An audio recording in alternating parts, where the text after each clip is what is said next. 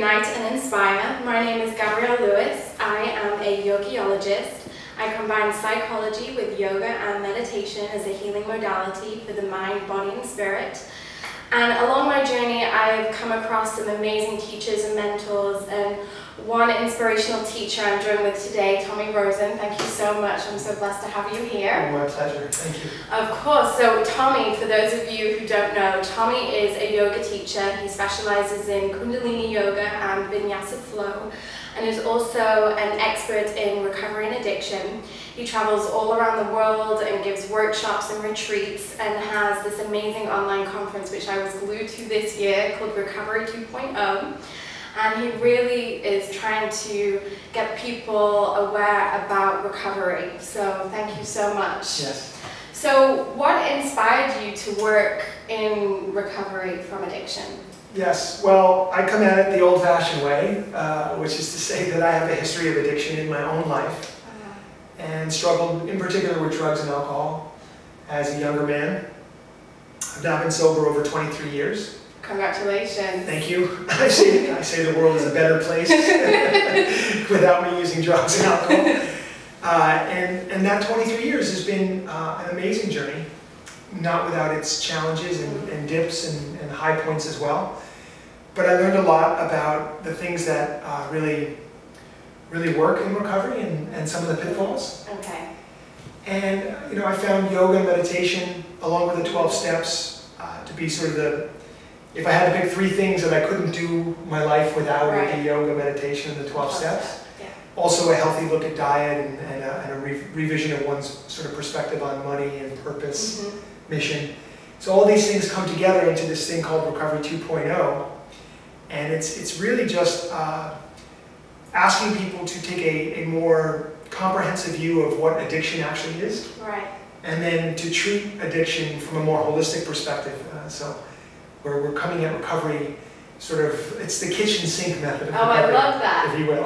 I love that, but it's true. I think a lot of times we just look at, well, addiction is because of this or that, and we just treat it from one perspective, from just a therapy or whatever it is. But a real holistic, eclectic approach in treating the person as a whole, because we have so much going on in our lives that we need to look at everything that's involved. So. And what's your definition of addiction? I define addiction as any behavior you continue to do despite the fact that it brings negative consequences into your life. Okay. So that can be I mean, we're all aware of sort of the big 6. Right, because a lot of time, well, not even the big 6, I don't even know what the big 6, well, I do, but maybe some people don't, because as soon as I hear addiction, I just think drugs and alcohol. I don't really think, of other things until I start really going inwards and thinking, oh, maybe I have some kind of an addictive trait. That's good. That's good. Well, we'll start down that line. Okay. So I tell people jokingly, half jokingly, you really want to find a way to classify yourself as an addict. It's really important. Not meaning that you are an addict, but you want to find a classification where you can fit under this umbrella of somebody who is working through some kind of addictive issue. And the reason I say it's good to find yourself in that camp is because then there's a really specific, really beautiful, laid out pathway that you can walk to find yourself moving from darkness into light, which is really what we're all here to do in my estimation. Right. So let's take a broad perspective on addiction right off the bat. Drugs and alcohol, yes. Those are the first 2 things most of us think of when we think of addiction. With alcohol, we're talking about, our society's pressure relief mechanism. Right. It's embraced everywhere through social circumstances of every kind. It's a part of sporting events. It's a part of entertainment events. It's a part of weddings. It's a part of funerals. It's a part of all of our rites and rituals. So alcohol sort of thread through our society. With drugs, we're talking about illicit drugs. So drugs you might buy off the street, illegal drugs. Marijuana is still illegal in some places. Cocaine, heroin, methamphetamine, these kinds of drugs. And of course, prescription drugs, major problem. Huge problem. Big problem. They just like to just dish them out like candy. There is an over tendency to prescribe drug medications. It's been a real problem. It's thank God it's a problem that people are becoming more and more aware of right now. Yeah. But beyond drugs and alcohol, you got sort of what I call the big six. So drugs and alcohol, the first two. Let's go to food. So food addiction, we're talking about emotional overeating, binging, bulimia, anorexia, these kinds of disorders. Something in your relationship with food that is causing you pain, bringing negative consequences into your life that you continue to do over and over. And very important for us to bring food into this conversation. It's what we call a process addiction. With drugs and alcohol, obviously we don't need them to survive. Right. You can put them down. Right. You can pick them up, you can put them down, and you can be done. Not the case with food. With food, we're going to be in process with our relationship with food for the rest of our life. Now, food causes some of the most costly and painful medical problems in our society today. So we're talking about obesity, which has now spread to our children. So childhood obesity, a really horrible, painful thing. Also type 2 diabetes. These are lifestyle diseases that are driven by addiction.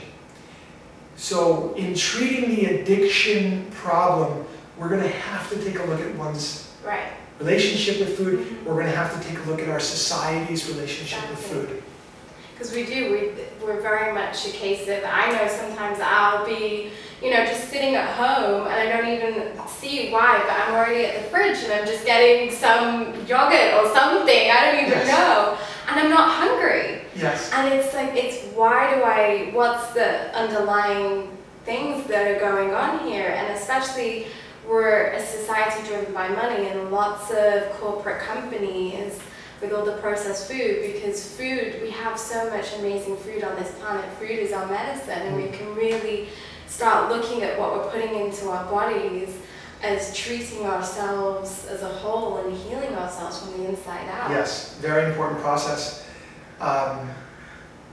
What I would say about food is we can make, as yogis, which simply means that we're trying to be aware in our experience of life, we can make a lot of conclusions with regards to what are we actually looking for when we end up at the refrigerator. Right. When we're not even hungry. Exactly. Exactly. And we can pay attention to that behavior.